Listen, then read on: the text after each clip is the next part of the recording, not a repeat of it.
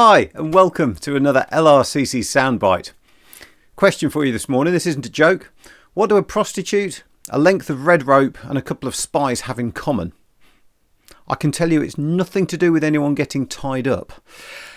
I've talked a lot about trust in these last few weeks, and today I'm going to tell you another story about trust, but in an unlikely place and in unlikely people to find it. Our story takes place in a city called Jericho. The Israelite nation is about to make its move to enter the land that God had promised to them, the land of Canaan. But it's not unoccupied. There are people, there are cities. Jericho is the first that they're going to need to capture. So the leader, Joshua, selects a couple of his best men to go and spy out the city. They manage to get in. They look around and they start to gather the intelligence they need. When it starts getting late, they find somewhere to stay the night. They go for somewhere inconspicuous that they hope won't attract attention, somewhere a bit off the radar. Rahab is a prostitute and she has some rooms. They decide they're going to stay there. Unfortunately for them, they've been spotted and reports are sent back to the king of Jericho. Israelite spies are in the city. They've gone to Rahab's place. Rahab has her ear to the ground. She knows what's going on. She takes the spies onto the roof of her house, hides them under sacks and flax that she's got drying, which is another part of her business. And the king sends soldiers. They come and they search the house and question Rahab, trying to find the spies. But she doesn't give them away. She says, well, yeah, they did come, but they've gone. And she directs the soldiers to go outside the city, go towards the river that's close by and go look for them there. Then she goes to the roof. She talks to the spies. She tells them that she's heard all about Israel, about the battles that they've fought, the battles that they've won, about the Egyptians getting drowned in the Red Sea when they escaped from Egypt. She says she knows that God is on their side, and the whole city of Jericho is scared of what will happen when the Israelites come.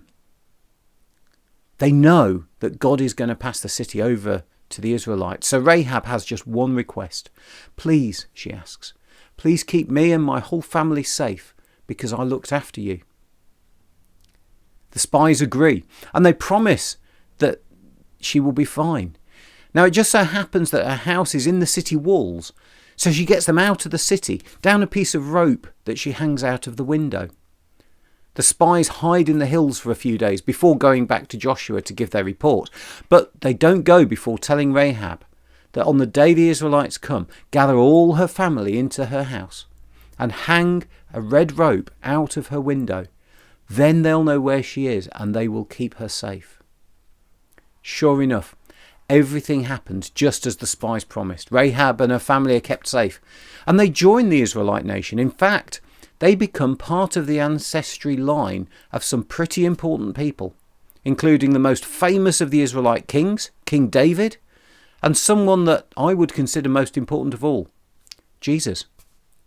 I find it absolutely incredible that this woman, who was not important, not even really socially acceptable, had such confidence in God that she was saved from the coming conflict.